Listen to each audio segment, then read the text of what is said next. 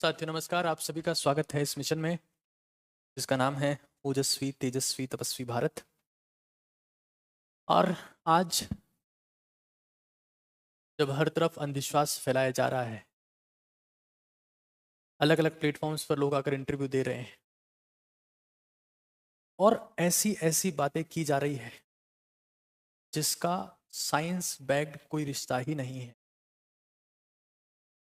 भारत में डॉक्टर लगाकर सबसे ज़्यादा, मैं कहूँगा वर्ड यूज़ नहीं करना चाहिए, मुझे शोभा नहीं देता, लेकिन भारत में सबसे ज़्यादा ढोंगी लोग डॉक्टर लगाकर ही घूमते हैं।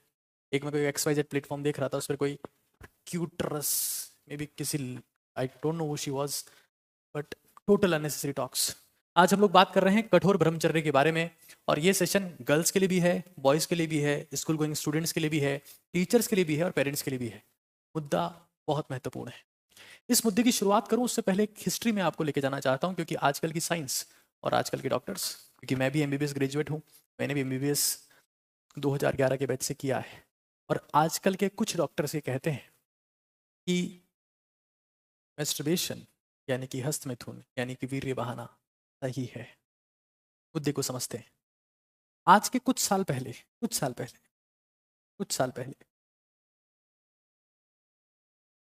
सिगरेट स्मोकिंग को डॉक्टर्स प्रमोट करते थे और सिगरेट दवाइयों में सम्मिलित थी।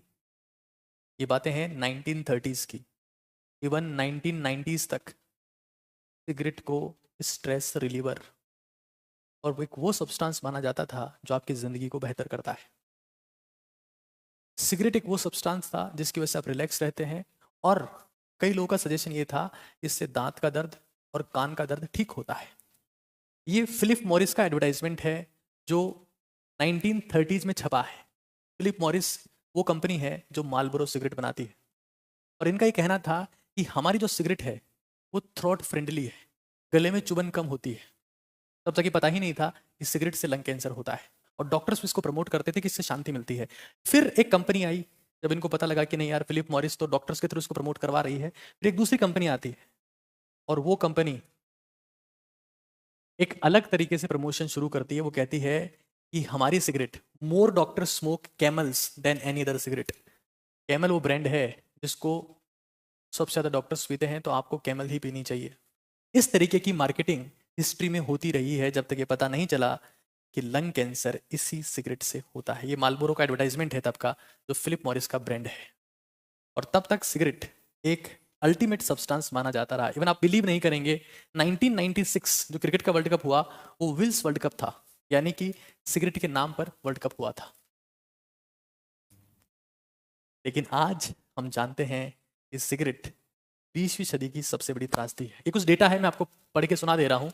फेफड़े के कैंसर और सिगरेट पीने के बीच का संबंध का पता 1930 में चला। तब तक इवन क्लियर नहीं था। और जेम्स ड्यूक, जो सिगरेट को जिसने कमर्शलाइज किया, उसकी डेथ 1925 में हुई। तब तक भी सिगरेट को लाभदायक बताया गया, उसका प्रचार किया गया। यहां तक कि 1906 तक सिगरेट दवाइयों की एनसाइक्लोपीडिया में शामिल थी। टोबैको कंट्रोल पत्रिका के एक हाल ही के लेख में रॉबर्ट प्रॉक्टर लिखते हैं कि तंबाकू उद्योग के कई लोग इसके लिए जिम्मेदार हैं, जिनमें इन्हें बेचने वाली दुकानें, विज्ञापन कंपनियां, सिगरेट के पैकेट डिजाइन करने वाले कलाकार, सिगरेट कंपनियों में से काम करने वाले लोग भी शामिल हैं। आप ये देखिए कि जेम्स ड्यूक जिसने सिगरेट बनाई, वो 20वीं सदी की सबसे बड़ी समस्या है, और इससे बड़ी समस्या है मैस्टरबेशन, वीर्य का बहाव, जिसे आज की दुनिया फायदेमंद बताकर बेच रही है। अफसोस। मुद्दे पर आते हैं।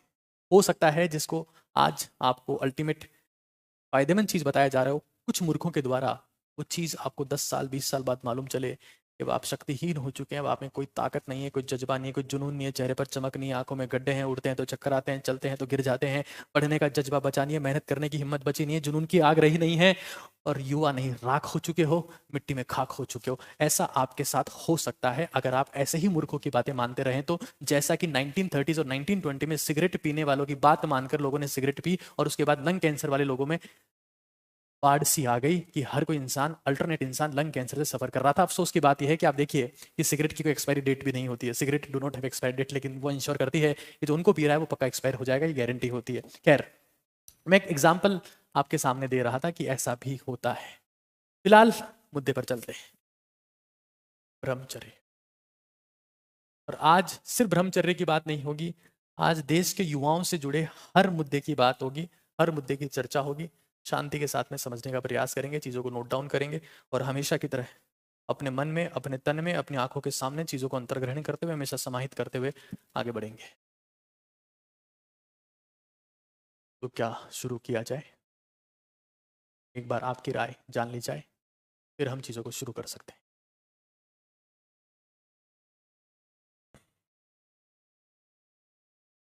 कठोर ब्रह्मचर्य आज का मुद्दा है और मैं आज जिन मुद्दों पे डिस्कस करना चाह रहा हूं एक बार आपको बता देता हूं। बेसिक से डिस्कस करेंगे। सबसे पहले हाउ इविल डेवलप्स, इस नशे की शुरुआत होती कैसे है। सबसे पहली बात, एंशियंट स्क्रिप्चर्स इसके बारे में क्या कहते हैं। एंशियंट स्क्रिप्चर्स, ये जो वीडियो आप देख रहे हैं, ये दुनिया में, दुनिया के इतिहास में ब्रह्मचर्य के ऊपर बनाया गया सबसे पावरफुल वीडियो आप देख रहे हैं। और सबसे बड़ी बात है कि लाइव देख रहे हैं।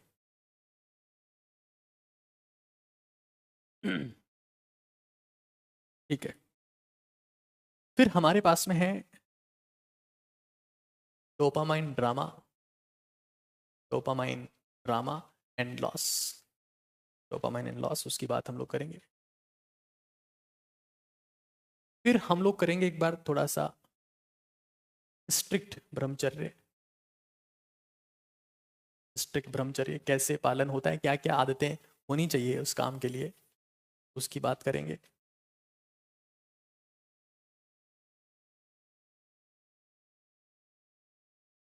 बेनिफिट्स की बात करेंगे, बेनिफिट्स, नाइटफॉल यानी कि स्वप्न दोष, बेनिफिट्स की बात करेंगे।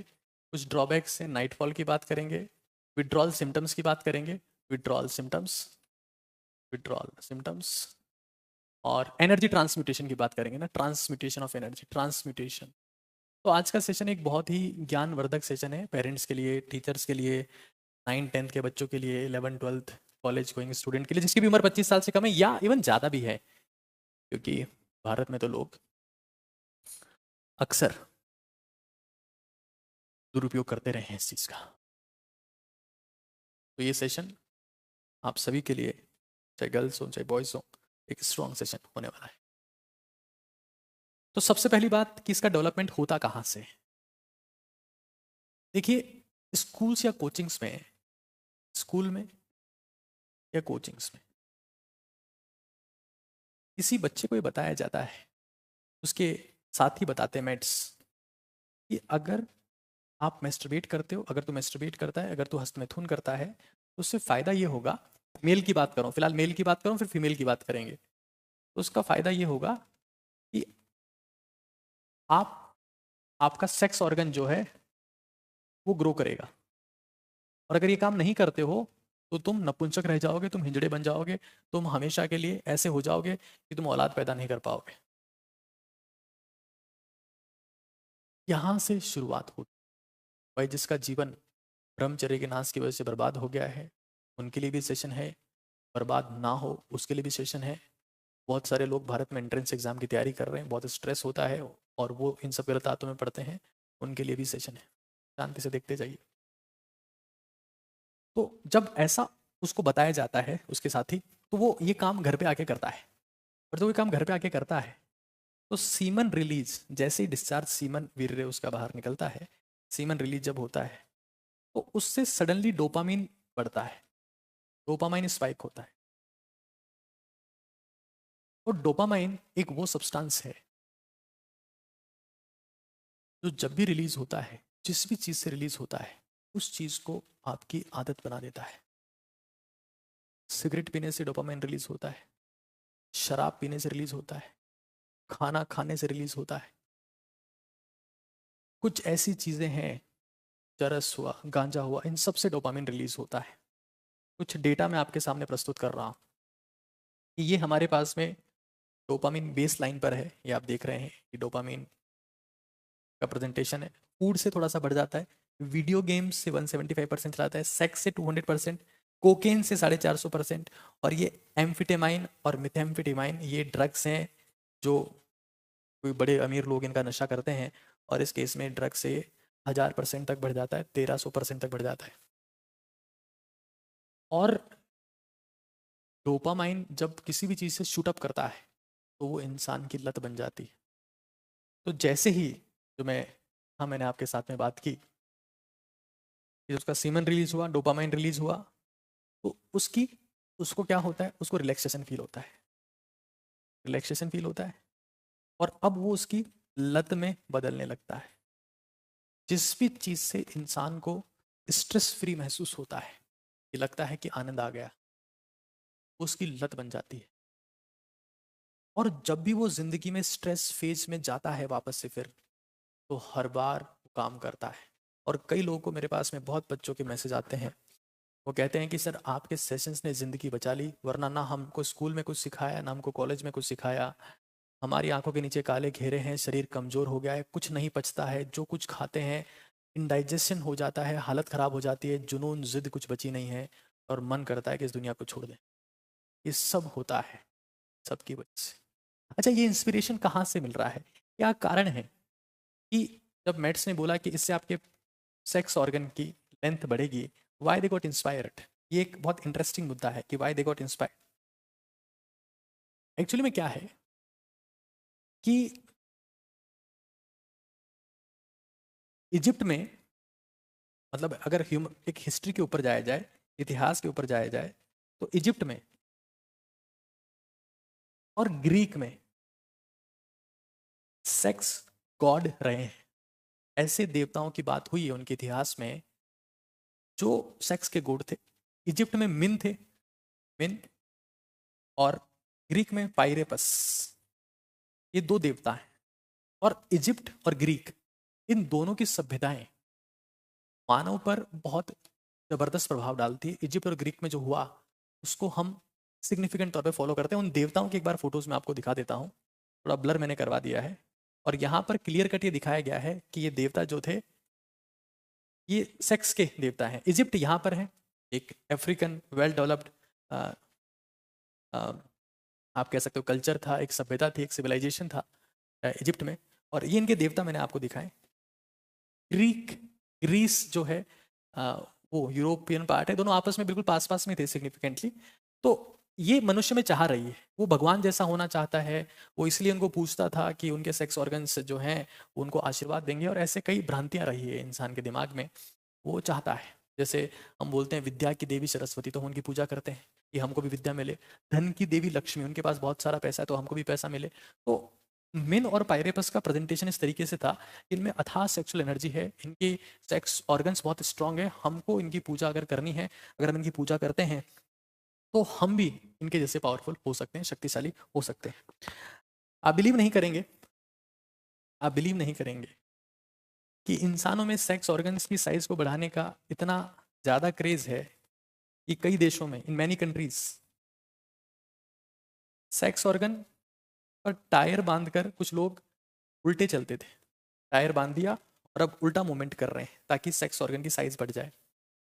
ब्राजील में 17वीं सेंचुरी में टॉपिनामा, एक वहाँ का ट्राइब है, जाति है टॉपिनामा, वो सेक्स ऑर्गन को सांप से कटवाते थे, और सांप के जहर से उसमें सूजन आती थी, उनको लगता था कि सेक्स ऑर्गन का साइज बढ़ रहा है। जो कुछ लोग टायर बांध के चलते थे उनका परसेप्शन था कि इससे सेक्स ऑर्गन की साइज बढ़ती है, जबकि सच्चाई ये कि पेनिस, जो एक प्राइमरी सेक्सुअल ऑर्गन नहीं कह सकते उसको, पेनिस एक बेसिक सेक्सुअल ऑर्गन है, तो वो एक टिश्यू है, that is not a muscle. ये चीज़ें बाद में क्लियर हुई, बाद में जाके समझ में आया। तो कुल मिला के हमारा ये रहा है कि हम चाहे वो टायर हो, चाहे वो पॉइजनस स्नैक हो, ये सब चीज़ें प्राचीन मानव सभ्यता का हिस्सा रही है कि हमको सेक्सुअल स्ट्रेंथ चाहिए, सेक्सुअल पावर चाहिए। और अब क्या हो गया है, अब मुद्दों को समझना ध्यान से एक बार। मुद्दा क्या है, जब स्कूल में, कोचिंग्स में ये बता दिया गया उसको कि भाई ये अच्छी चीज़ है, इससे सेक्सुअल ऑर्गन की साइज बढ़ती है, डोपामिन उसका रिलीज हो गया, उसको लत पड़ गई। अब क्या होता है, अब यहाँ से असली खेल शुरू होता है। अब वो जब भी स्टिमुलेट होता है, जब भी मान लो वो कोई इंस्टाग्राम पर कोई रील देखता है, क्योंकि इंस्टाग्राम पर तो मुजरा चल रहा है, मुजरा चल रहा है, वहां पर तो यह है कि जो जितना नंगा होके अश्लील प्रदर्शन करे उस पर उतने ही ज्यादा व्यूज हैं। फीमेल टेंडेंसी होती है कि फीमेल्स को अटेंशन चाहिए। फीमेल्स को सेक्स नहीं चाहिए, उनको अटेंशन चाहिए। मेल्स को अटेंशन सेकेंडरी है, उनको सेक्स चाहिए। इसी तरीके से डिजाइंड है हमारी बॉडीज। आप देखेंगे किसी भी लड़की के लिए सेक्स एक फायदे का सौदा नहीं है, नुकसान का सौदा है। क्यों? जब भी कोई लड़की, क्यों गर्ल्स जो होती है उनकी साइकोलॉजी ऐसी क्यों है कि वो सेक्सुअल प्रॉन नहीं है, वो सेक्स के प्रति इंटरेस्टेड नहीं है?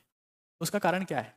क्योंकि कोई भी फीमेल अगर सेक्स में पार्टिसिपेट करती है तो उसके लिए वो 9 महीने का स्ट्रेस है। 9 महीने तक बच्चे को पालना पड़ेगा, क्योंकि ये जितने भी डिवाइसेस आई हैं जिसकी वजह से आज प्रेगनेंसीज रोक सकते हैं हम, वो पहले नहीं थी। तो प्राचीन इवोल्यूशन के हिसाब से साइकोलॉजी डेवलप हुई। फीमेल के लिए sex is a matter of 9 months plus. जब बच्चा पैदा हो गया तो 1-2 साल तक उसका लालन पालन करना है, तो ये 2-3-4 साल का मुद्दा हो जाता है। और ये male, it's a matter of 10 second, 20 second, 30 second, 40 seconds.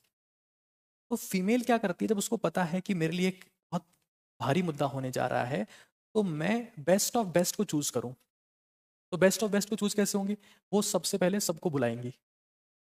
तो प्राचीन काल में ये काम स्वयंवर के थ्रू होता था। स्वयंवर कि हम एक पावरफुल इंसान को ढूंढ लेते थे। हाँ, जैसे महाभारत में हुआ स्वयंवर, द्रौपदी ने किया। रामायण में सीता ने किया स्वयंवर। अब वो स्वयंवर का जो नाच हो रहा है वर्तमान समय, वो इंस्टाग्राम पे हो रहा है कि मैक्सिमम फॉलोअर्स को इकट्ठा करो और कहाँ पर एक ऐसा इंसान मिल जाए जिसके साथ में हम जिंदगी गुजार सकें। तो फीमेल्स के लिए इट्स ऑल अबाउट अटेंशन। उनके लिए अटेंशन पहली चीज है, उनके लिए अटेंशन पॉइजन है। मेल्स के लिए पॉर्न साइट्स पॉइजन है। अटेंशन सीकिंग टेंडेंसी हो जाती है फीमेल्स की कि हमको तो अटेंशन चाहिए, वरना उनको घबराहट होती है, बेचैनी होती है, एंग्जाइटी, स्ट्रेस, फ्रस्ट्रेशन होने लगता है। मेल को नहीं चाहिए। मेल का सीधा सीन है 15-20 second, 30 second, 40 second, 50 second, 2 minute, 5 minute, 10 minute. उनके लिए गेम सालों का नहीं है, इसलिए वो सेक्स प्रोन है। तो हमें साइकोलॉजी के ऊपर समझने की जरूरत है। और इसीलिए फीमेल जो है वो हमेशा हमेशा एक सक्सेसफुल इंसान का चुनाव करती है। उनको सिखाया नहीं है, उनकी साइकोलॉजी है। उनके लिए सेक्स बहुत सेकेंडरी एस्पेक्ट है। उनके लिए सिक्योरिटी, सेफ्टी और फैमिली के हालात, क्योंकि उनको बच्चे की ज़्यादा परवाह है, तुम्हारी परवाह नहीं है, होने वाले बच्चे की परवाह है। तो वो हमेशा सक्सेसफुल इंसान को इंसान का चयन करती है। मेल के लिए कोई क्राइटेरिया नहीं है, इनको कोई फर्क नहीं पड़ता, दे डोंट केयर।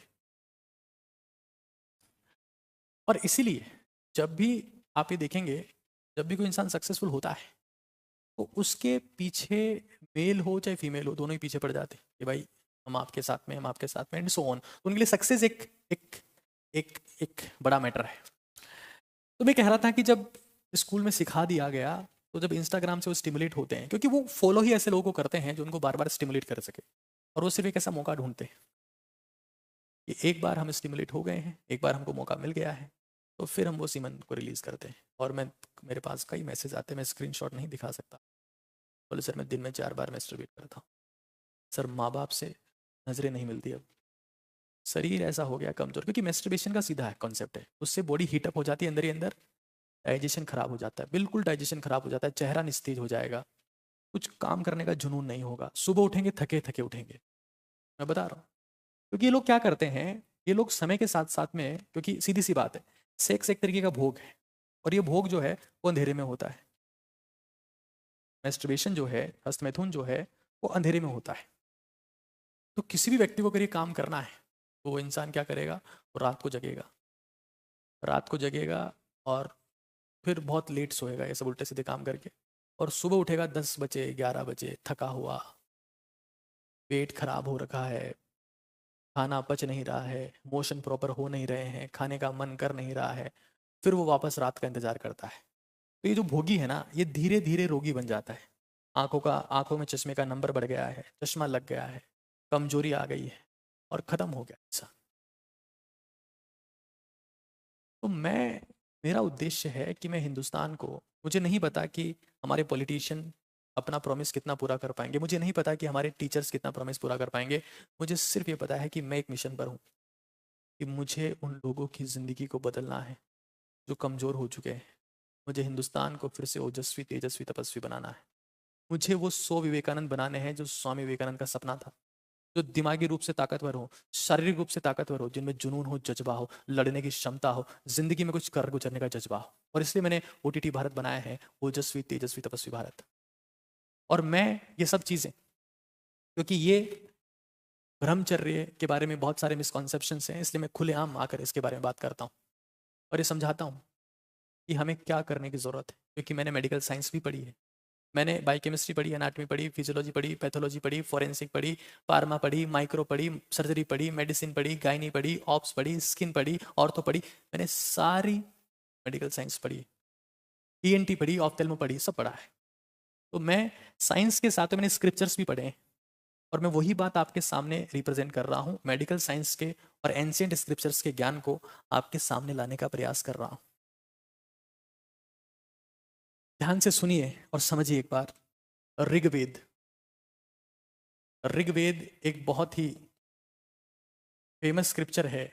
वो कहता है कि कोई भी इंसान अगर अपनी फुलेस्ट लाइफ जीना चाहता है, mentally, physically, spiritually, sexually, financially, तो उसको ब्रह्मचर्य, सेलिबेसी, एक नई टर्म है। ब्रह्मचर्य भारत में बहुत समय से, सेलिबेसी टर्म वेस्टर्न कंट्रीज में अभी आया है, जिसको नो फैप भी बोलते हैं कुछ लोग। No fap, no fap November, no fap Monday, no fap Saturday and so on. Bharat में, देखो भारत क्यों विश्व गुरु, मैं आपको समझाता हूँ। भारत में कहा गया, भारत के जो जो जो जो पुराने ग्रंथ है वो कहते हैं कि फास्टिंग करनी चाहिए, व्रत रखना चाहिए। व्रत रखने से हमारा शरीर वापस से रिजुविनेट होता है, नया हो जाता है, कैंसर सेल्स नहीं बनती है, कैंसर नहीं होता उन लोगों को जो व्रत रखते हैं। पश्चिम के लोग हम पे हंसते थे, बोले बेवकूफ़ हो, ब्रेकफास्ट करना चाहिए, लंच करना चाहिए और आराम से 11-12 बजे तक डिनर करना चाहिए। आज वही लोग फास्टिंग के लिए बोलने लगे हैं कि फास्टिंग से कैंसर ठीक होता है, इसी बात के ऊपर नोबेल प्राइज दिया है। भारत के लोग ब्रह्मचर्य को भी बहुत समय से सपोर्ट कर रहे हैं, लेकिन वो लोग हंसते हैं हमारे ऊपर। ये कुछ नहीं है, इससे तो स्ट्रेस रिलीज होता है, एंग्जाइटी खत्म होती है, सब कुछ ठीक होता है, करो जितना हो सके उतना, लत लगे। स्ट्रेस एंग्जाइटी तो सिगरेट से भी दूर होती है, तो पीते रहो सुबह से शाम तक। लंग कैंसर होता है किसी को नहीं पता। ऋग्वेदा में कहा गया है कि अगर किसी इंसान को अपने फुलेस्ट फॉर्म में जाना है, फुलेस्ट, हाईएस्ट पावर में, mental, physical, spiritual, sexual, financial, तो उसको ब्रह्मचर्य का पालन करना पड़ेगा। उसके बिना वो फुलेस्ट फॉर्म में नहीं जा सकता। और ये मेल्स के लिए भी है, ये फीमेल्स के लिए भी। आगे सुनिए एक बार, आगे सुनिए एक बार। पतंजलि, बाबा रामदेव ने इसके नाम से कंपनी बनाई है। अब वो क्या कर रहे हैं वो एस्पेक्ट सेकेंडरी है, लेकिन पतंजलि, पतंजलि भारत में सबसे one of the finest ever scientist थे, जिन्होंने योग सूत्र और योगा के ऊपर एक सिग्निफिकेंट काम किया। उन्होंने कहा कि ब्रह्मचर्य को वीर्य मानने की गलती मत करना, ये विल पावर है, कुछ करने का जज्बा है। जो वीर्य बहाएगा उसमें कुछ करने का जज्बा खत्म हो जाएगा। उन्होंने सीधा कहा कि वीर्य यानी कि सीमन, ये विल पावर है, कुछ कर गुजरने की क्षमता है। तुम खुद सोच के देखो, अगर भगत सिंह सुबह से शाम तक सीमन ही बहाते रहते तो क्या देश के लिए कुछ कर पाते? और आज भी जो इंसान अपने जुनून के लिए जिंदा है, वो किसी ना किसी रूप में अपने वीर्य को संरक्षित कर रहा है। शांति से समझना इस चीज। कई लोग ऐसे होते हैं जिनको हर दिन मोटिवेशन की आवश्यकता होती है। क्यों? क्योंकि उनमें वीर्य नहीं है। जिनमें वीर्य है उनमें डिटर्मिनेशन होता है। और मैं फिर कह रहा हूँ, मोटिवेशन तुम बाहर से ले सकते हो, इसकी औकात 2 कौड़ी की होती है, लेकिन डिटर्मिनेशन तुम्हारे अंदर का होता है। और ये, इसमें इतनी ताकत है कि पूरा ब्रह्मांड तुम्हारे कब्जे में आ सकता है, बस शर्त है तुम्हारे में डिटर्मिनेशन हो। और डिटर्मिनेशन के लिए कुछ सेक्रीफाइसेस करने पड़ते हैं। मैं फिर कह रहा हूँ, मैंने हमेशा कहा है कि जिंदगी में आपका अचीवमेंट, आपकी सक्सेस, सफलता, जो भी आप हासिल करते हैं सक्सेस, वो डायरेक्टली प्रोपोर्शनल टू होती है सेक्रीफाइसेस के, और इनवर्सली होती है डिवाइसेस की। तुम्हें इस लेवल का सेक्रीफाइस नहीं करना कि तुम वनवास में चले जाओ। तुम्हें ये भी नहीं करना है कि तुम बुद्ध की तरह तुम राजकुमार हो, तुम घर छोड़ के आ जाओ। तुम्हें सिर्फ अपनी जवानी का सर्वोच्च त्याग करना है। और जवानी में सर्वोच्च त्याग क्या है? ब्रह्मचर्य। ये एक प्योर सेक्रीफाइस है। अगर मैं कहूंगा कि what is the highest sacrifice, जवानी में सर्वोच्च सेक्रीफाइस क्या है, तो मैं कहूंगा दैट इज द ब्रह्मचर्य। और वो आपके लिए मस्ट है, वो आपके लिए मस्ट है। पता है, एक बात बताऊं मैं आपको, कई लोगों को ऐसा लगता है कि ये सब फालतू की चीजें हैं, और वो ये सब बंद करके कोई वेबसाइट खोल लेते हैं जिसकी वजह से वेस्टर्न कंट्रीज की कमाई हो रही। Western countries 99% porn content create करती है, और हमारा देश 99% लोग वो कंज्यूम करते हैं, उनकी कमाई हो रही।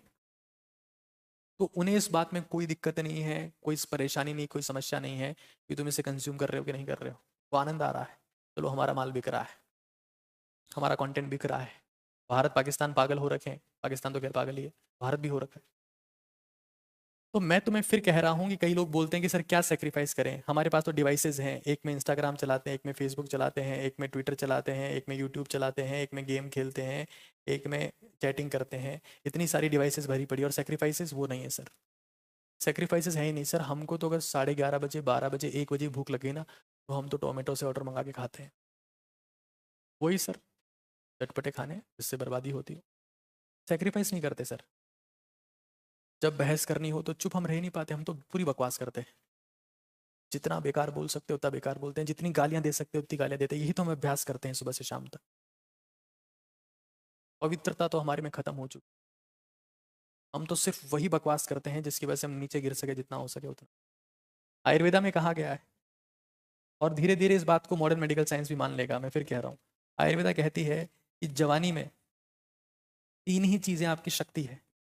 एक आपका आहार, एक आपकी नींद, और एक आपका ब्रह्मचर्य। यही ब्रह्मा विष्णु महेश है, और कहीं ढूंढने की जरूरत नहीं है।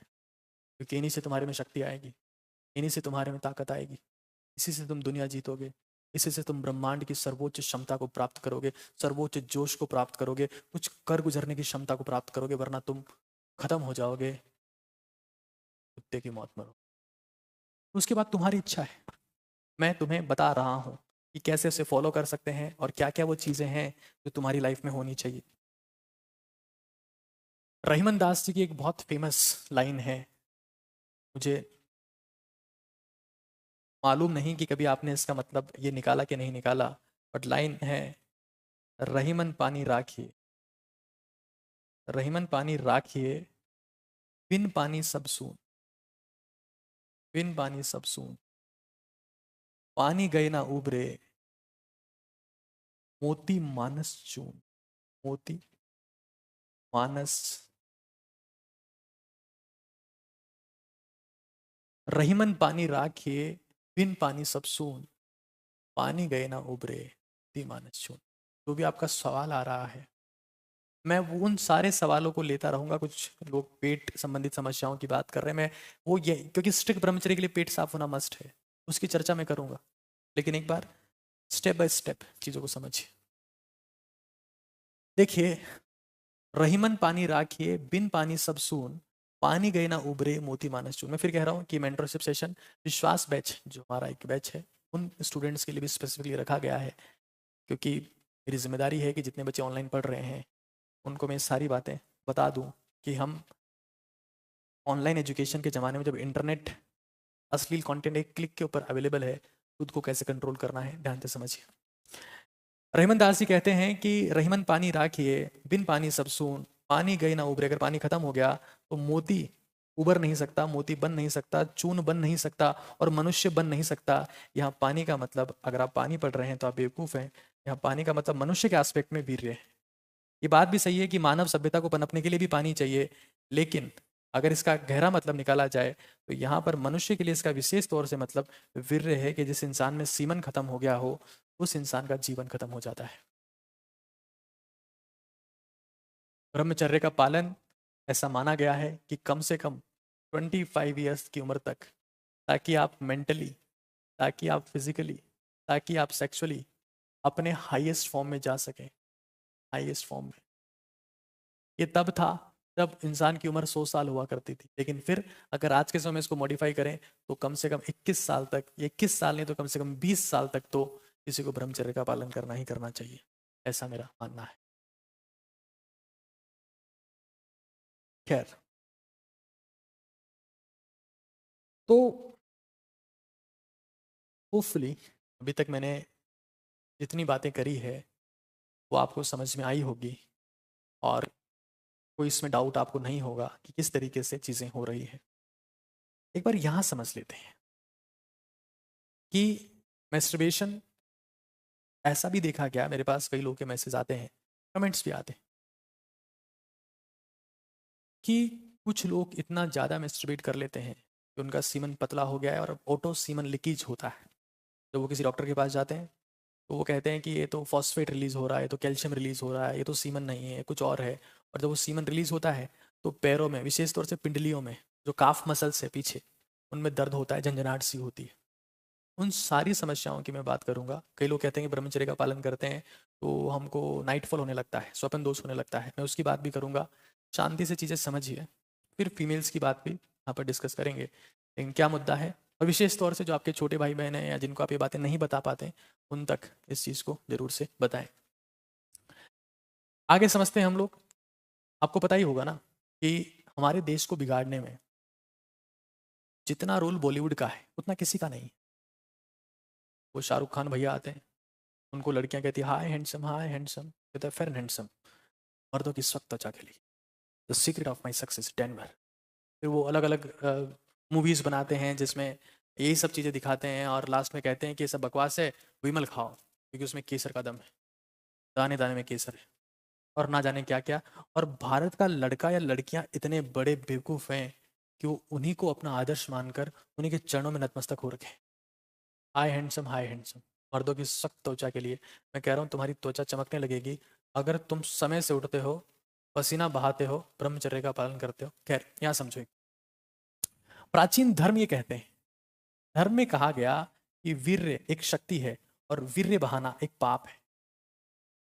जब धर्म किसी चीज को एक्सप्लेन नहीं कर पाता तो धर्म कहता है ये पाप है। जब धर्म किसी चीज को कंट्रोल करना चाहता है लेकिन रीजन नहीं होता तो वो कहता है कि पाप है। तो धर्म इसको एक्सप्लेन प्रॉपर नहीं कर पाया, उसने कहा पाप है तो पाप। अब भारत में या किसी भी देश में क्या होता है, किसी भी चीज को धर्म बोल दे पाप है तो लोग उसको छुपके छुपके करते हैं। हाँ, लेकिन छुप छुप के मिलने का मजा तो आएगा। तुम लाख छिपाओ प्यार मगर दुनिया को पता चल जाएगा, एंड सो ऑन। तो धर्म तो कहता है कि भाई पाप है, हमारी बस की बात नहीं, तुम भाड़ में जाओ। साइंस क्या कहती है, साइंस कहती है कोई पाप पाप नहीं है। इससे स्ट्रेस खत्म होता है, एंजाइटी खत्म होती है, और ये बेहतरीन है, मजे लो। ये साइंस कहती है। लेकिन उसी साइंस को डेप्थ में जानने वाले लोग, उसी साइंस को डेप्थ में जानने वाले लोग, जैसे मान लो फुटबॉल का वर्ल्ड कप आया, तो फुटबॉल के वर्ल्ड कप में जो स्पोर्ट्स साइंस को समझते हैं वे लोग कहते हैं कि भाई जितने फुटबॉलर्स हैं, इनकी जो पत्नियां हैं, जो इनकी गर्लफ्रेंड्स हैं, वो मना कर देना सेमीफाइनल और फाइनल में स्पेसिफिकली, क्योंकि हाई इंटेंसिटी का मैच है, स्टेमिना हाई चाहिए, वो लोग चाहिए जिनमें दम हो, ये लोग पहले ही खत्म हो जाएंगे। सीधा मतलब ये है कि अगर कोई इंसान, तब कई लोग बोलते हैं कि नहीं सर ये चीज़ सही है, नहीं ये गलत है। भाई तुम ये चीज़ कर रहे हो और उसके बाद तुम्हें अगर बहुत स्फूर्ति महसूस होती है, तुम्हें लगता है कि तुम्हारे हाथ पैरों में बहुत शक्ति आ गई और तुम दुनिया को जीत लोगे, क्या ऐसा होता है? नहीं, तुम कमजोर पड़ जाते हो। अगर मैस्टरबेट करने के बाद में किसी इंसान को कहा जाए कि 10 किलोमीटर भाग के बता, तो नहीं भाग पाएगा। 20 किलोमीटर भाग के बता, नहीं भाग पाएगा। वो हाथ पैरों की ताकत से नहीं भागता है, वो जिद और जुनून की ताकत से भागता है, वो विल पावर से भागता है, और विल पावर ये वीर्य में।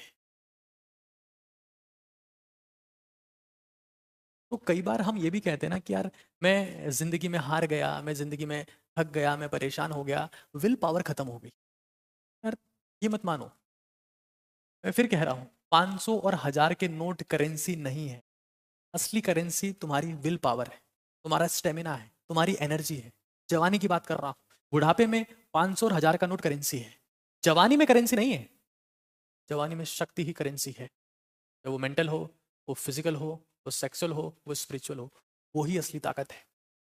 और तुम अगर इस गलतफहमी में रह गए कि मजे करो और जिंदगी बर्बाद होती है तो होने दो, हर फिक्र को धुएं में उड़ाता चला गया, मैं जिंदगी का साथ निभाता चला गया, जहां जब जब समय मिला खुद को बर्बाद करता चला गया, तो तुम्हें मैं नहीं बचा पाऊंगा। और मुझे अफसोस होगा कि तुम भारत माता के काबिल और ताकतवर सपूत बन सकते थे, ऊर्जावान शक्तिवान शक्तिशाली पुरुष बन सकते थे, लेकिन तुम खपच्ची बनकर खत्म हो गए। और मेरा खुद का सपना टूट जाएगा कि मुझे इस देश को ओजस्वी तेजस्वी तपस्वी बनाना था, जिनकी मेमोरी जबरदस्त हो, जिनमें जज्बा जुनून हो।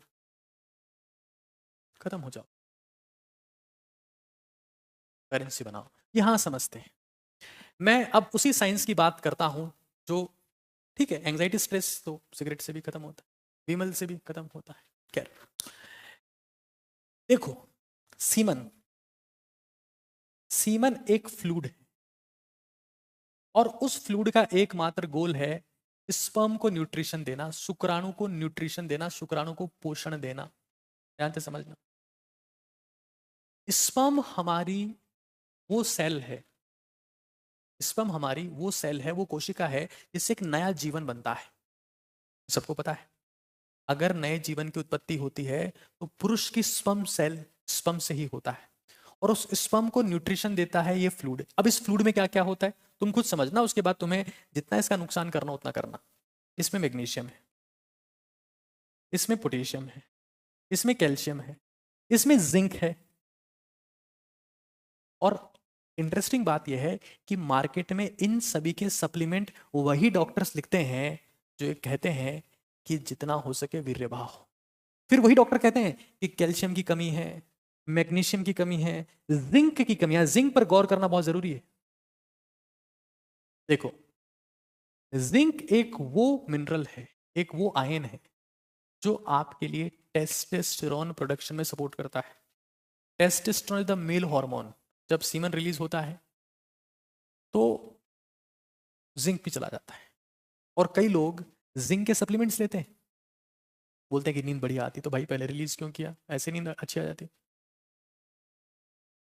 जैसे जिंक रिलीज होगा नेचुरली आपकी बॉडी में टेस्टेस्टिरोन टेस्टेस्टिरोन ड्रॉप हो जाए।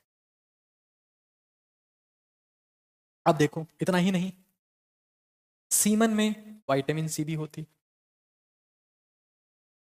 वीर्य में एंजाइम्स भी होते हैं, इसमें प्रोटीन्स भी होती है, इसमें अमीनो एसिड्स भी होते हैं।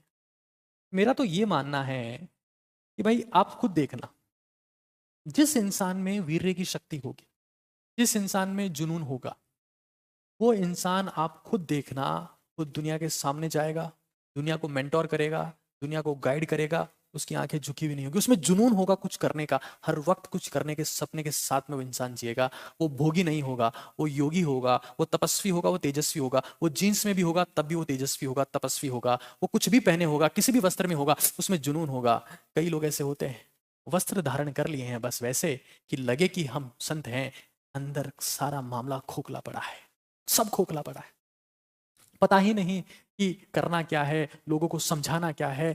मैं देखता हूं, मुझे माफ करना, भारत के योगियों, भारत के असली संतों, भारत के असली देव तुल्य समकक्ष साधु महात्माओं, मुझे माफ करना, लेकिन मैं कई ऐसे लोगों को जानता हूं, मुझे प्लेटफॉर्म पर मिल जाते हैं, जिन्होंने साधु के वस्त्र पहन रखे हैं, मौलवी के वस्त्र पहन रखे हैं, किसी और धर्म के धर्मात्मा के वस्त्र पहन रखे हैं, और चरस पी रहे हैं, गांजा पी रहे हैं, नशा कर रहे हैं।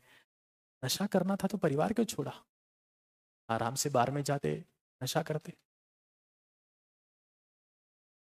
कुछ पता नहीं है, बस देश चले जा रहा है, कुछ होश में नहीं है, बस जो चला जाए वो चलाता जाए, उससे कोई मतलब नहीं है। फ्रक्टोज नाम की एक कार्बोहाइड्रेट है, फ्रक्टोज शुगर, फ्रक्टोज शुगर।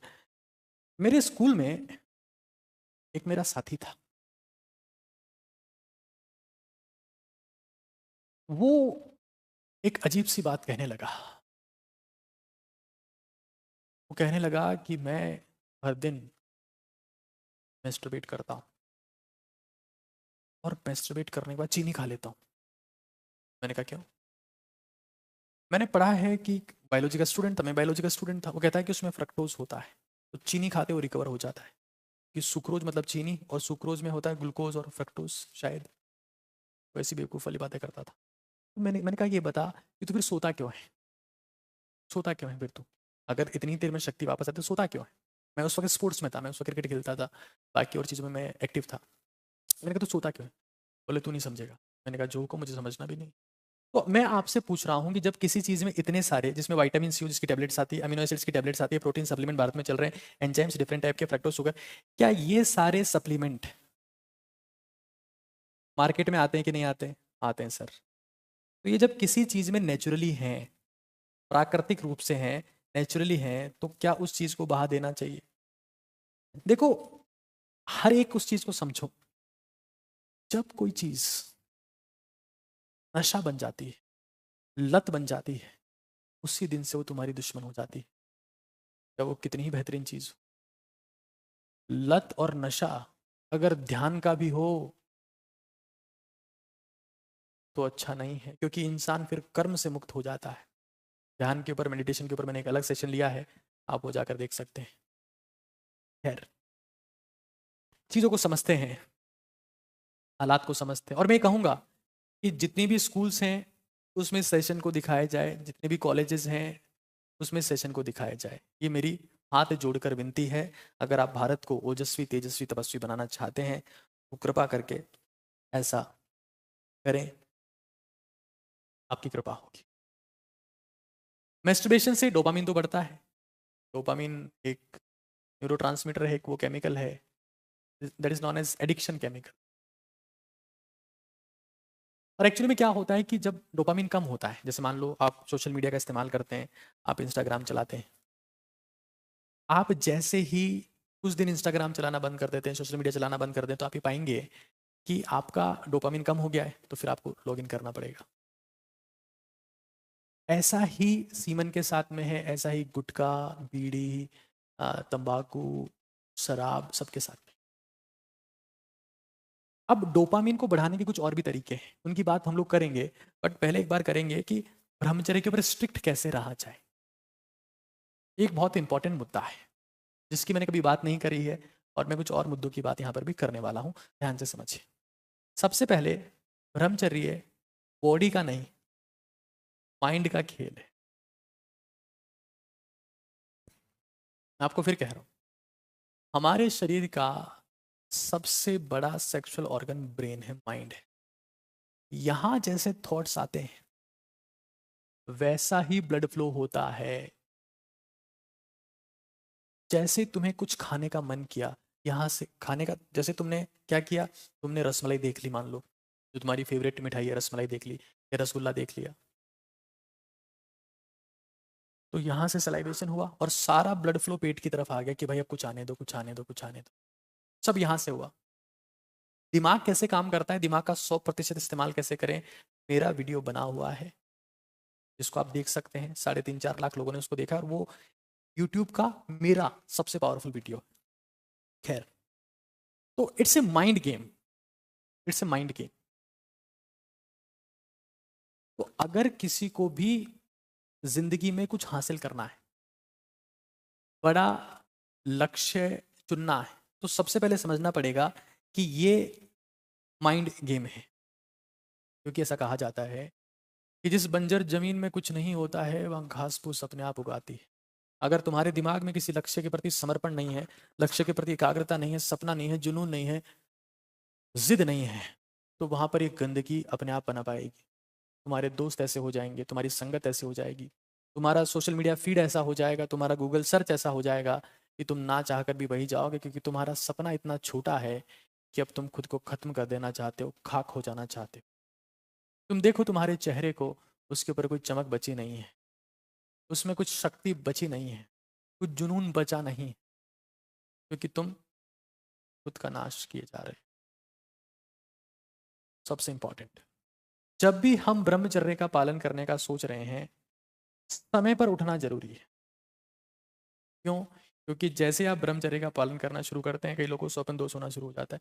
ब्रह्मचर्य का पालन करने के लिए ब्रह्म मुहूर्त में अगर नहीं उठ पाते हैं तो कम से कम 4:30 से 5 के बीच में उठ जाए, कम से कम। मैं ये नहीं कहूँगा कि 3 बजे उठ जाओ, मैं ये नहीं कहूँगा कि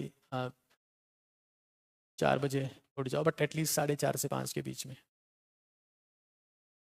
कई बार आपने सुना होगा, कई लोग आप भी किसी पंडित के पास ज्योतिषी के पास गए होंगे, वो कहता है कि आपका बुध कमजोर है, बृहस्पति कमजोर है, शनि की दशा चल रही है, शनि वक्री हो रखा है, राहु की अंतरदशा है, केतु की महादशा है, बुध गड़बड़ है, शुक्र की कमजोरी है, सूर्य भगवान अस्त हो रखे हैं, चंद्रमा विपरीत राजयोग बना रहा है और ना जाने क्या क्या। जो इंसान तारों की छाया में उठ जा रहा है, यानी कि जब तारे दिख रहे हैं और उस वक्त अपने शरीर को तपा रहा है, उसका कोई ग्रह, उसका कोई प्लैनेट, उसका शुक्र, राहु, मंगल, केतु, शनि, सूर्य, चंद्रमा कुछ कमजोर नहीं हो सकता। ये वो समय होता है जब सारे तारे दिख रहे होते हैं और हर तारा आपको आशीर्वाद देने के लिए तैयार होता है। जुनून अगर ब्रह्मांड से खींचना है, जुनून की आग अगर ब्रह्मांड से लेनी है, तो सुबह जल्दी उठने का प्रयास करो। ऐसा नहीं है कि सर 4 दिन उठे फिर नहीं उठ पाए तो अब सोते ही रहते। Reset yourself. तुम जब 2 दिन खाना समय से नहीं खा पाते तो ऐसा थोड़ा कि खाना छोड़ देते हो, तुम वापस खाने का टाइम रीसेट करते हो नहीं करते हो? तो खाना का टाइम तो रीसेट हो गया, उठने का टाइम रीसेट नहीं हो पा रहा। जुनून नहीं है। समय पर उठना बहुत जरूरी है। उससे इंपॉर्टेंट बात, समय पर खाना उतना ही जरूरी। समय पर खाना।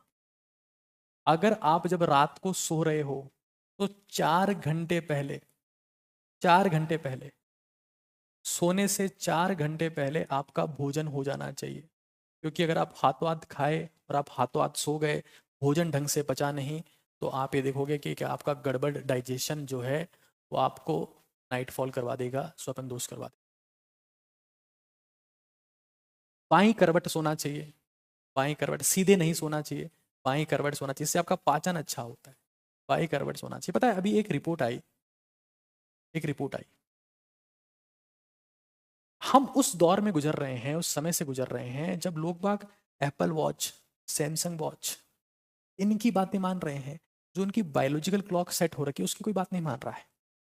मैं तुम्हें स्टाम्प पेपर पे लिख के दे रहा हूं, ये टोमेटो और ये पिगी विगी, ये भारत में सबसे ज्यादा पेशेंट पैदा कर रहे हैं। आदमी को जब भूख लग रही है, जब फोन निकाला और मंगवा लिया। हमारा ancient science Ayurveda means Veda about life, हमारे बड़े बुजुर्ग ये कहते रहे हैं कि खाना समय पर खा लो, समय पर उठ जाओ। क्योंकि तुम्हारी जैविक घड़ी जो बायोलॉजिकल क्लॉक जो अंदर से सेट हो रही है, जो अलार्म से नहीं चलती है, जो एप्पल के हेडक्वार्टर से, सैमसंग के हेडक्वार्टर से नहीं चलती है, जो इस हेडक्वार्टर से चलती है, जिससे बड़ा कोई हेडक्वार्टर इस धरती पर पैदा नहीं हुआ है, उसको फॉलो नहीं कर रहे हो तुम तो हो हार्ट बीट बढ़ गई, आज के स्टेप कितने हो गए, आज तो एंग्जाइटी दिखा रही है, आज तो स्ट्रेस दिखा रही है। ये सब बकवास बातें हैं।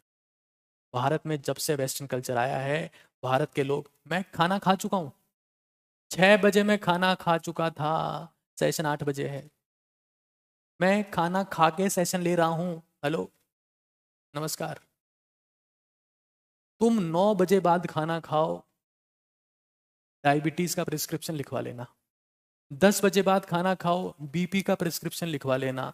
11 बजे के बाद खाना खाओ, कैंसर की पॉलिसी ले लेना।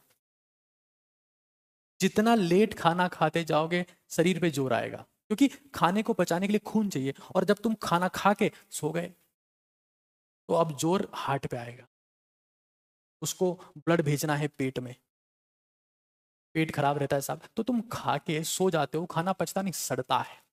जब सड़ता है तो शक्ति देता नहीं, शक्तिहीन करता है, शक्ति क्षीण करता है। सुबह उठते हो तो चेहरे के ऊपर तेल होता है, चमक होती नहीं है, थके थके उठते हो, नींद पूरी नहीं होती। 4 घंटे पहले खाना खा के देखो, 6 से 7 के बीच में खाना खा के देखो, इतनी शानदार नींद आएगी, सुबह बिल्कुल फ्रेश उठोगे। और सोने से पहले दाएं नाक को बंद कर लो, बाएं से श्वास आने दो, सोने से जस्ट पहले। दिमाग बिल्कुल ठंडा, स्ट्रेस खत्म, एंग्जाइटी खत्म, इतनी सुकून भरी नींद कि तुम बिस्तर से जब उठोगे तो उछल के बाहर आओगे। ऐसे नहीं कि बिस्तर से उठ गए हैं, अब वो कंबल हटा रहे हैं, रजाई हटा रहे हैं, तकिया हटा रहे हैं, अंगड़ाइयाँ ले रहे हैं, 2 घंटे बाद उठ के आए। इसका सीधा मतलब आपकी नींद पूरी नहीं हुई है। नींद बढ़िया तभी आएगी जब खाना पचा रहेगा। पानी पीने का समय भी मिल जाता है। लोगों को पथरियां हो रही है, लोगों की किडनी खराब हो रही है, लोगों का लीवर काम नहीं कर रहा, क्यों? खाना ठूस के सो गए। जब खाना ठूस के सो गए तो उसको पचाएगा कौन? फिर गोलियां ले रहे हैं, दवाइयां ले रहे हैं। मैं अपनी जिंदगी में सारी समस्याओं से जूझ चुका हूं। मैं कोई ज्ञानी महात्मा संत नहीं हूं, मैं जूझ कर आया हूं, जिससे मुझे ज्ञान हुआ है। मैं कहीं पढ़कर नहीं आया हूं, मैं खुद की जिंदगी से सीख कर आया हूं। तब तुम्हें बता रहा हूं, तब तुम्हें सिखा रहा हूं। मेरा कोई गुरु नहीं है, मेरी जिंदगी ही मेरा गुरु है। जिंदगी से मैंने बहुत कुछ सीखा है, तुम्हें सिखा रहा हूं ताकि तुम समझ जाओ। मतलब हम लोग 12 बजे खा रहे हैं, 11 बजे उठ रहे हैं दोपहर में, और फिर कहते हैं कि लगता है कि सब हार गए हैं। मैं तुम्हें चैलेंज दे रहा हूं, मैं तुम्हें चैलेंज दे रहा हूं, तुम 10 बजे सो जाओ, 4 बजे उठ जाओ। सर कैसे उठे? 10 बजे तो नींद ही नहीं आती। एक दिन जितने बजे भी नींद आती है, 12 बजे आती है, 1 बजे आती है, 2 बजे आती है, सो जाओ उस टाइम पे, 4 बजे उठ जाओ, अगले दिन 10 बजे नींद आ जाएगी। तुम 10 से 4 उठ के देख लो, ये काम तुम सिर्फ और सिर्फ 30 दिन करके देख लो, तुम्हारी जिंदगी में 3 से ज्यादा दिक्कतें नहीं है। 4 होगी, 5 होगी, 7 8 होगी, 9 10 होगी, कितनी दिक्कतें हैं। मैं कह रहा हूं तुम भूल जाओगे कि तुम्हारी जिंदगी में दिक्कत भी है। तुम्हें लगेगा कि तुम अब स्वर्ग में जी रहे हो, तुम्हारे में खुद में शक्ति बढ़ने लगेगी, तुम्हारे में ताकत, जिंदगी में कुछ करने का जज्बा आ जाएगा। तो ब्रह्मचर्य के लिए ये चीजें करना बहुत जरूरी है। और खुद को अपच से बचाओ। जिसका पेट कमजोर है वो ब्रह्मचर्य का पालन नहीं कर सकता। अपच से बचाओ। भारत में सबसे ज्यादा लोगों को इंडाइजेशन है, अपच है, पचता ही नहीं है। मैंने एक क्रिया बताई थी आप सभी को कि सोते वक्त दायां नाक बंद कर लो, बाएं से आने दो श्वास। कुछ फायदा हुआ इससे? जिंदगी में सुकून आया इससे? मैं तो भारत की सेवा करने के लिए आया हूं। मुझे यहाँ पर खड़े होने से आपसे पैसा नहीं चाहिए, मुझे भारतीयों का सुकून चाहिए। भारत का युवा ओजस्वी तेजस्वी तपस्वी चाहिए कि जो किसी काम को, भारतीयों को तो सबने लूटा है। अंग्रेजों ने 200 साल गुलाम किया, हमारे जीन को, हमारे शरीर को, हमारी ताकत को कमजोर कर दिया। भारतीयों को गुलाम बनाया, खाना कभी मिला नहीं, हमारा जीन कमजोर हो गया। हम पहले बहुत शक्तिशाली थे। उससे पहले मुगलों ने हमारा सत्यानाश किया, मुगलों ने हमारा सत्यानाश किया, अंग्रेजों ने हमारा सत्यानाश किया, हमारा जीन ही कमजोर कर दिया। हम शारीरिक रूप से कमजोर हो गए। तो उसका मतलब ये नहीं कि हम कमजोर ही रहेंगे। 75 साल हमारी आज़ादी को हो गए, उसके बाद भी हम उसी कमजोरी को पाले हुए हैं, क्योंकि हम अभी भी उन बेवकूफ़ों की बातों को मान रहे हैं। वो हमें मेंटली गुलाम बना चुके हैं। हम ये समझ ही नहीं पा रहे हैं कि हमारा पैटर्न क्या होना चाहिए। तो हमें अपच से बचना है। और मैं फिर कह रहा हूं, आप मानोगे नहीं, एक मैं आर्टिकल पढ़ रहा था, अंग्रेजी के अखबार में छपी। आर्टिकल क्या छपा कि अमेरिका ईसबगोल का दीवाना हो गया है। बिस्किट में, कुकीज में, डिशेस में, सब में वो ईसबगोल डाल रहे हैं, जो भारत उनको निर्यात कर रहा है। ईसबगोल, ईसबगोल एक फाइबर सप्लीमेंट है। ईसबगोल, ईसबगोल। और अगर आपको इंडाइजेशन है, आपकी आंखें कमजोर है, आपका कोलेस्ट्रॉल बढ़ा हुआ है, आपका शुगर बढ़ा हुआ है, आपको एंग्जाइटी रहती है, पेट ठीक नहीं रहता है, सर में दर्द रहता है, ईसबगोल और आधा चम्मच त्रिफला। त्रिफला क्या है भाई? त्रिफला के हिसाब से, त्रिफला में 3 चीजें होती है, हरड़, बहेड़ा और आंवला। मेरे फादर आयुर्वेद डिपार्टमेंट में डायरेक्टर हैं और राजस्थान के। और मैंने जो आयुर्वेद का ज्ञान लिया है ना, वो मेरे पिताजी से लिया है। और मेडिकल साइंस मैंने खुद ने पढ़ी है, तो इसलिए मुझे आयुर्वेद का पता है। और मैं खुद बहुत सारी आयुर्वेदिक मेडिसिन का इस्तेमाल करता हूँ। त्रिफला में क्या होता है? 3 चीजें, हरड़, बहेड़ा, आंवला। आयुर्वेद ये कहता है कि ये ही इस धरती के ब्रह्मा विष्णु महेश है, हरड़, बहेड़ा और आंवला। मतलब ये तक मेरे पिताजी कहते हैं कि जो हरड़ का सेवन जिंदगी भर कर ले, उसकी 100 साल पहले मृत्यु होना असंभव है, असंभव है।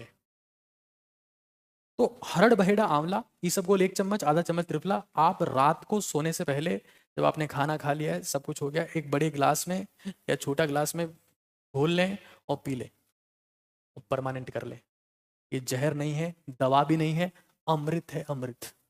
आप देखेंगे कि आपका पेट हमेशा के लिए ठीक रहने लगा है, आपका डाइजेशन बेटर हो गया है, आप एनर्जेटिक रहते हैं, आपको खाना पचने लगा है, आपके सेक्सुअल थॉट्स कम हो गए हैं, आपको गुस्सा नहीं आता है, आपकी बॉडी बैलेंस हो रही है, आपकी स्किन साफ हो रही है, त्वचा में चमक आ रही है, मेमोरी बढ़ रही है, सब कुछ आपका होने लगेगा। तो इसका आप सेवन कर सकते हैं। अपच नहीं होनी चाहिए किसी को ब्रह्मचर्य का पालन करना है तो, हर एक केस में। उससे इंपॉर्टेंट चीज, रियल लोगों को फॉलो करें, फॉलो रियल पीपल। आप लोगों ने इंस्टाग्राम पर, यूट्यूब पर कच्चा बादाम, पका हुआ बादाम, कच्चा आम, पका हुआ आम, संतरा कच्चा हुआ, जो भी है, सब लोगों को फॉलो करके देख लिया। जिंदगी में कुछ फायदा हो रहा है तो उनको फॉलो करते रहिए। नुकसान हो रहा है या कुछ फायदा नहीं हुआ है, तो उन लोगों को फॉलो करिए जिसकी वजह से आपकी ज़िंदगी में परिवर्तन आया है। और हर प्लेटफॉर्म पर जहाँ पर भी आप हैं, उन्हीं को फॉलो करने का प्रयास करिए जो आपकी ज़िंदगी को बेहतर करते हैं, क्योंकि अब सोशल मीडिया ही संगत है मोबाइल के ज़माने में। क्योंकि ऐसा कहा जाता है कि आप जिन लोगों के बीच में रहते हैं वैसे ही बन जाते हैं। तो अब अपन लोगों के बीच में रहते नहीं हैं, अब मोबाइल के साथ में रहते हैं। और मोबाइल में आप किसको देखते हो? अभी आप मेरे को देख रहे हो, आप मेरी संगत में हो। आप मेरे पास बैठ रहे होते तब भी मैं आपको यही बात बता रहा होता, तो आप मेरी संगत में हो। एक बच्चा पूछ रहा है कॉन्स्टिपेशन की दिक्कत है, तो वो इसी से दूर होगी। पूरे भारत को ये दिक्कत है कि भारत की डाइट में सप्लीमेंट्स के तौर पर ये फाइबर नहीं, इसलिए तो हम देखते हैं भारत में कायम चूर्ण का एडवर्टाइजमेंट चल रहा है, और पेट सफा तो हर रोग दफा का एडवर्टाइजमेंट चल रहा है, और ना जाने क्या क्या चल रहा है। पानी में घोल के लेना है इसको। देखो भाई, देखो और चीज़ समझ लो, दूध भी सोते समय नहीं पीना है। दूध भी अगर आप पीते हो तो 4 घंटे पहले पी लो, दूध भी 4 घंटे पहले। और दूध को ठंडा करके पियो। और दूध में गर्म नहीं पीना है, दूध को ठंडा करके पीना है। ब्रह्मचर्य के पालन के लिए ठंडा दूध ठीक रहता है। सुबह पियो तो बढ़िया, रात को तो अवॉइड करो तो ज़्यादा ठीक रहता है दूध। और हल्दी उसमें डाल लो तो और भी अच्छा है। कॉन्स्टिपेशन मतलब कब्ज की दिक्कत है, उनको जो मोशन मूवमेंट से वो प्रॉपर नहीं हो रहे हैं उसकी बात वो कर रहे हैं।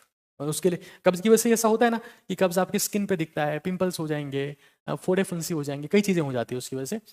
तो हम लोग जो बातें समझ रहे हैं उनका अल्टीमेट टारगेट क्या है कि हम लोग ब्रह्मचर्य का पालन कैसे करें, ठीक है। और इसके अलावा और आप क्या कर सकते हैं? तो भाई सबसे इंपॉर्टेंट यही है कि वो कचरा ना खाएं, जिसके लिए आपको प्रमोट किया जा रहा है या बताया जा रहा है। मैं आपको बता रहा हूँ, मैंने ज़िंदगी में आज तक पिज्ज़ा नहीं खाया, कभी खाया ही नहीं। बर्गर मैंने खाया खाया स्कूल में खाया। कितने रुपए का आता था? 5 रुपए का। क्या होता था कि शनिवार के दिन, अब बच्चा था, बच्चा मन तो होता ही है, ऐसा नहीं कि मैं शुरू से महाज्ञानी पैदा हुआ हूँ, समय के साथ ही चीज़ें सीखी है। क्या होता था कि मम्मी रोज़ टिफ़िन में रोटी और वो लेसवा गूंदा जिसको बोलते हैं, या कैर जो होता है, या फिर कैरी कच्चा आम, उसका अचार डाल देती थी। क्योंकि सुबह जल्दी जाना पड़ता था, मैं गांव से शहर में आता था पढ़ने के लिए उस बस में जिसमें कभी सीट नहीं मिलती थी। बाबा लोग बीड़ी पीते रहते थे, धुआं पूरी बस में रहता था, खड़ा खड़ा आता था। सुबह जल्दी आता था तो रोटी के, दो रोटी के बीच में ऐसे अचार डाल के दे देती थी मम्मी।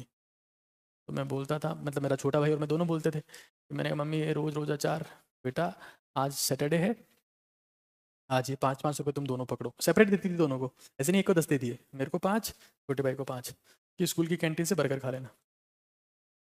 उस दिन लगता था कि वाह, आज तो मज़े आ गए। अब स्कूल की कैंटीन जो थी हमारी, स्कूल कोई थी हाई क्वालिटी की स्कूल नहीं थी, तो नॉर्मल स्कूल थी, हिंदी मीडियम की स्कूल थी। तो वो बर्गर कैसा होता था, एक समोसा होता था और दो बन जो होते हैं, बन सीखी हुई ब्रेड जो होती है उसके बीच में होता था। तो वो हम तब खाते थे। तो अभी मैं यही कह रहा हूँ कि जिसमें भी चटनी है, तेज मसाले हैं, बहुत ज़्यादा तेल है, अंडे हो गए, उसका योक वाला पार्ट हो गया, बहुत ज़्यादा मांस हो गया, ये सब चीज़ें अवॉइड करनी है अपने को, जिसमें हीट पैदा होती है। और भाई तुम चाहे जो खा रहे हो, मान लेते तुम्हारी जो डाइट है ना, अगर तुम पसीना बहा रहे हो, अब सबसे बड़ी ताकत की बात करता हूँ मैं, पसीना, तो तुमको कुछ करने की जरूरत नहीं है। माफ करना, लेकिन सबसे बड़ी हकीकत यही है। अगर तुम पसीना बहा रहे हो तो ये कुछ करने की जरूरत नहीं है तुम्हें। देखो आपकी डाइट क्या है, आपकी हैबिट क्या है, मुझे उससे कोई फर्क नहीं पड़ रहा। मैं कह रहा हूं कि पसीना बहाओ। आप इसबगोल और त्रिफला को मिक्स करके ले सकते हैं, हाँ। और एकाकीपन, लोनलीनेस को कैसे दूर करें, एक सवाल आ रहा है, मेरा पूरा सेशन इसके ऊपर है, आप जाकर अटेंड कर सकते हैं। पसीना बहाओ। मैं हमेशा हमेशा ये चीज़ कहता हूँ कि हर भारतीय को 20 मिनट सीढ़ी चढ़नी चाहिए या फिर 40 मिनट पैदल चलना चाहिए। पैदल। पता है जब किसी का हार्ट का ऑपरेशन होता है या सर्जरी होती है, हाँ ऑपरेशन होता है, तो उसको सबसे पहली सलाह ये दी जाती है कि सीढ़ी नहीं चढ़नी। क्योंकि सीढ़ी चढ़ने में जितना जोर आता है किसी इंसान को, उतना और किसी भी काम में नहीं आ सकता। मेरी मम्मी, उनकी उम्र 50 साल के आसपास है, और अभी जब वो कपड़े धोती हैं तो, क्योंकि मैं तो रोज़ सीढ़ियाँ चढ़ने का अभ्यास करता हूँ, मैं तो 20 से 25 मिनट सीढ़ियाँ चढ़ता हूँ, कम से कम चढ़ता हूँ। कभी कभार जब काम करने आता हूँ तो यहाँ भी चढ़ लेता हूँ, कभी 40 मिनट हो जाता है, कभी 1 घंटा हो जाता है। आजकल तो मैं डंबल लेके सीढ़ियाँ चढ़ता हूँ, कभी एक्सरसाइज करते हुए आपको दिखाऊंगा। तो मम्मी जो कपड़े धोती है तो छत पे सुखाती है। तो वो मेरे को ही बोलती है कि तू इधर आ। मैंने कहा हाँ, ये बाल्टी ऊपर छत पे, क्योंकि उनको पता है कि भाई ये रोज सीढ़ियाँ चढ़ता है। मम्मी का सांस थोड़ा सा भर जाता है, 50 की उम्र हो गई। लेकिन तुम जो ओजस्वी तेजस्वी तपस्वी होंगे, जो शुरू से पसीना बहा रहे हैं, शुरू से वर्जिश कर रहे हैं, व्यायाम कर रहे हैं, दंड लगा रहे हैं, एक्सरसाइज कर रहे हैं, उनका हार्ट मजबूत रहेगा, उनका फेफड़ा मजबूत रहेगा हमेशा हमेशा। ये मेरी श्योरिटी है, मेरी गारंटी है। तो पसीना अपने को बहाना है, क्योंकि पसीने में क्या होता है ना, जैसे भी एक बात कर रहा है एक सर, बहुत जिंदगी में अकेलापन है, लॉनलीनेस है, कैसे खत्म होगी? तो भाई वो जो नेगेटिविटी है, वो जो एंग्जाइटी है, वो जो स्ट्रेस है, वो सब पसीने में बह जाएगा। स्विमिंग कर सकते हैं, दुनिया की सबसे पावरफुल एक्सरसाइज स्विमिंग भी है। स्विमिंग तैरना कमजोर एक्सरसाइज नहीं है भाई, बहुत तगड़ी एक्सरसाइज। हमारे घर में, क्योंकि मैं उस फैमिली से बिलोंग करता हूँ जिनका खेत है, 20 बीघा खेत है हमारा गांव में, और हमारा होद होता है वहाँ पे। होद है, होद में क्या होता है कि पानी पहले भरते हैं और फिर उससे पूरे खेत में सप्लाई करते हैं। तो होद जहाँ पानी इकट्ठा होता था वहाँ हम खूब नहाते थे, खूब तैरते थे। तो वो तो बहुत ज़बरदस्त एक्सरसाइज है, तैरना तो बहुत ताकतवर एक्सरसाइज है, उसमें कोई संदेह नहीं है। तो भाई ये आपको सेवन नहीं करना है। और मुझे बताओ कि अभी जितने लोग सेशन देख रहे हैं उसमें से सीढ़ियाँ कितने लोग चढ़ते हैं? मैं कह रहा हूँ किसी को मल्टीविटामिन की, किसी को कोई क्रीम लगाने की जरूरत नहीं। जिसका पसीना बह रहा है उसका वीर्य नहीं बहेगा, ये चमक आ जाएगी उसके चेहरे पे। कौन बहा रहा है वीर्य? जो बैठा है, जो खा रहा है, रात को सो नहीं रहा है, समय से उठ नहीं रहा है, गंदी चीजें देख रहा है। किसका नहीं बह रहा है? जो पसीना बहा रहा है। क्योंकि पसीना, मैं सच कह रहा हूं, अगर तुम, सुन लो ध्यान से, अगर तुम रोज ईश्वर का दर्शन करना चाहते हो तो मूर्ति के सामने जाकर अगरबत्ती मत जलाओ। घर से बाहर निकलो या घर में ही रहो, पसीना बहाओ। वो पसीना, वो मेहनत, उससे ईश्वर जितना खुश होता है ना, वो तुम्हारी अगरबत्ती, धूप बत्ती, मोमबत्ती, दीपक देख के नहीं होगा। मेरा निजी अनुभव है, क्योंकि मैंने जिंदगी में अगरबत्ती भी बहुत जलाई है। मैं जब 8वीं क्लास में था तो मुझे मम्मी ने कहा कि ईश्वर की आराधना प्रार्थना किया कर। 11 अगरबत्ती रोज जलाता था मैं। लेकिन मुझे समझ में आया कि जिंदगी में अगर आपकी समस्याओं को धुआं धुआं करना है तो अगरबत्ती का धुआं नहीं, अपने शरीर का पसीना निकालो। ये तुम्हें समझ में आ जाएगा, ये तुम्हें समझ में आ जाएगा।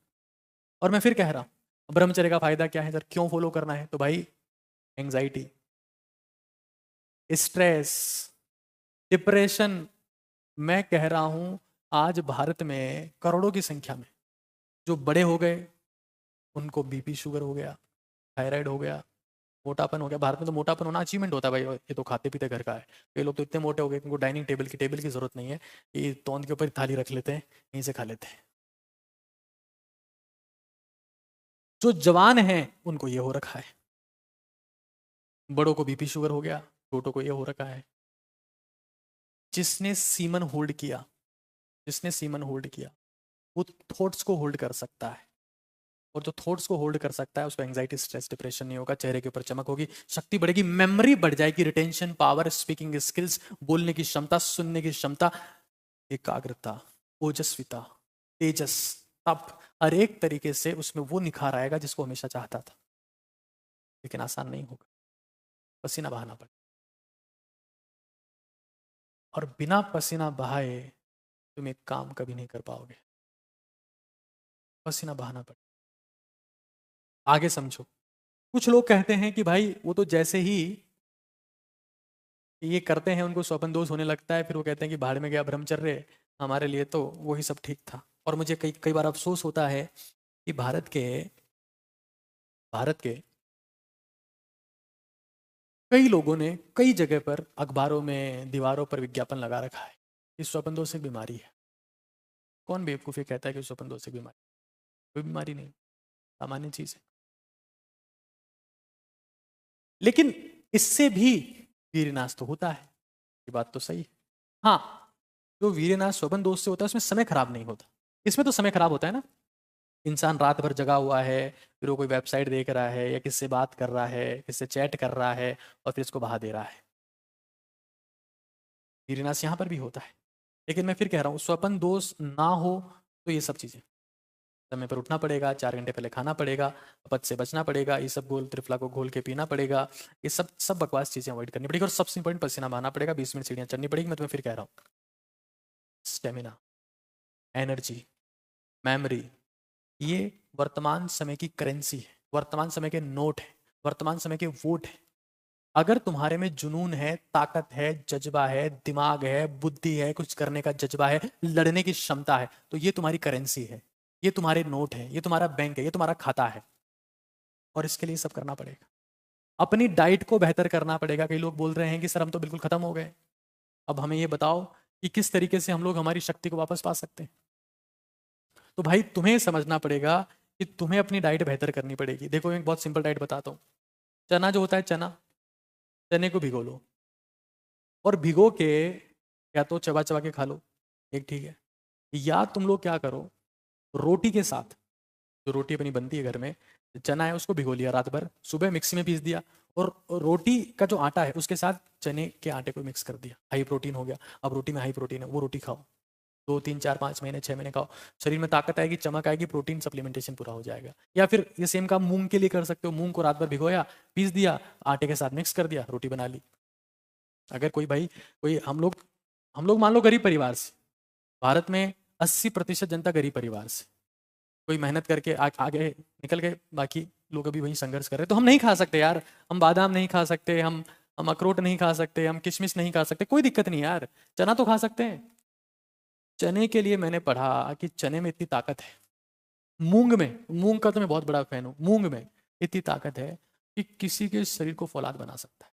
आपके घर में किसी को डायबिटीज है, किसी को शुगर की दिक्कत है, किसी को बीपी की दिक्कत है, वो रोटियां खा रहे हैं, आबद है, घी आबद है, गुलाब जामुन आबद है, रसगुल्ला आबद है, बस चाय फीकी पियेंगे, बाकी सब में कार्बोहाइड्रेट कार्बोहाइड्रेट कार्बोहाइड्रेट को कम करो। चने की रोटी खा लो, मूंग की रोटी खा लो, हाँ, रात भर भिगोया, पीसा, गीला गीला और गीला गीला सेका, क्या टेस्ट आता है उसका।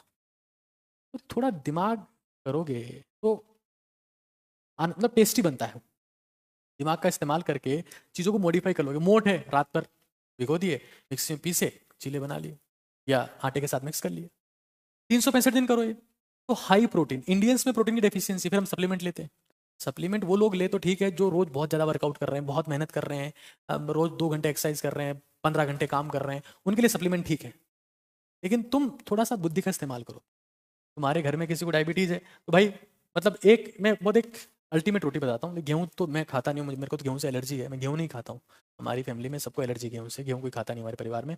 मैं ज्वार की रोटी खाता हूँ, ज्वार। तो ज्वार में क्या करूँगा मैं, ज्वार में रात भर चने भिगोए, वो चने मिक्स कर लिए, फिर और अलसी के बीज को भी पीस लिया, इस चने के साथ में मिक्स कर लिया, तीनों की रोटी बना ली। ओहो, अब इसमें फैट है, इसमें प्रोटीन है, ये कार्बोहाइड्रेट है, इसे फैट ओमेगा 3 फैटी एसिड है, दिमाग उससे शानदार चलता है, जॉइंट उससे ठीक रहते हैं।